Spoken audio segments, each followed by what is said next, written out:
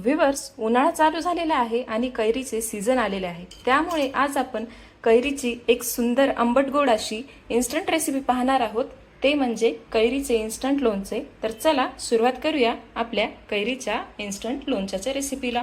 आंबे आणि कैरीचे सीझन चालू आहे, तर यामध्ये कैरी का इन्स्टंट अचार बनाना तो बनता है बॉस। तर चला सुरुवात करूया आपल्या कैरीच्या इन्स्टंट लोणच्यासाठी, ज्यासाठी आपण आपल्या कैरीला क्यूब्स मध्ये कट करून घेतलेला आहे आणि यात आपण आता ॲड करणार आहोत हळद, तिखट आणि कोरिअँडर पावडर।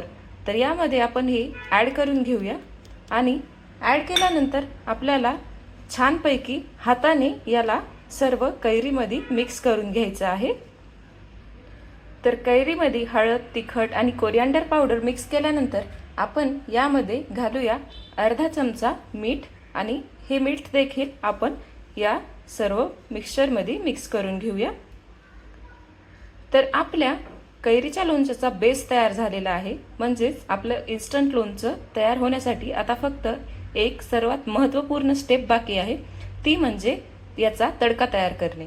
तर चला आपण या कैरीच्या लोणच्याचा तडका तयार करून घेऊया। तर तडका तयार करण्यासाठी आपण एका भांड्यात तेल घेतलेले आहे, जे आपल्याला गरम होताना दिसून येत आहे। या गरम होणाऱ्या तेलात आता आपण मोहरी आणि जिऱ्याचा तडका तयार करणार आहोत। तर सर्वप्रथम आपण मोहरी टाकून घेतलेली आहे आणि दरवेळेस लक्षात ठेवायचं आहे की हा लोणच्याचा तडका तयार करताना गॅस हा मीडियम फ्लेमवर ठेवायचा आहे, ज्यामुळे मोहरी किंवा जिरे आपल्याला जास्त भाजल्या जाणार नाहीत आणि अंगावर उडून देखील येणार नाही।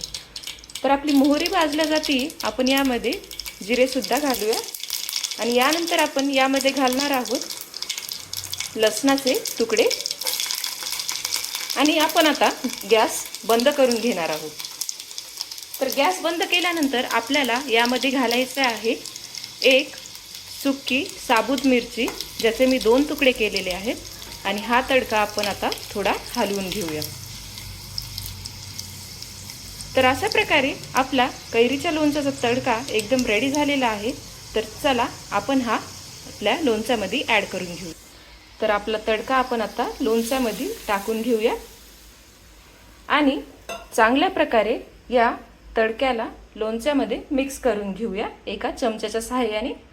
तर आपलं कैरीचं लोणचं आपण छान प्रकारे मिक्स करून घेतलेलं आहे आणि यामध्ये आता आपण थोडीशी साखर ॲड करणार आहोत, ज्यामुळे याला थोडासा आंबट गोड असा स्वाद आलेला आपल्याला दिसून येईल।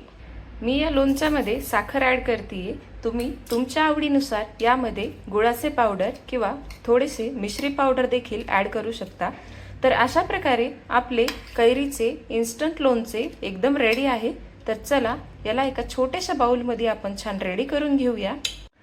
तर व्ह्यूअर्स, आपलं सुंदर असं कैरीचं इन्स्टंट लोणचं हे रेडी झालेलं आहे। या उन्हाळ्यात तुम्ही नक्की या लोणच्याचा स्वाद घ्या आणि हा व्हिडिओ आवडला असेल तर प्लीज लाईक करा, चॅनलला सबस्क्राईब करा, शेअर करा आणि कमेंट करा आणि अशा छान व सुंदर रेसिपी पाहण्यासाठी बघत रहा फूडी स्पॉटला।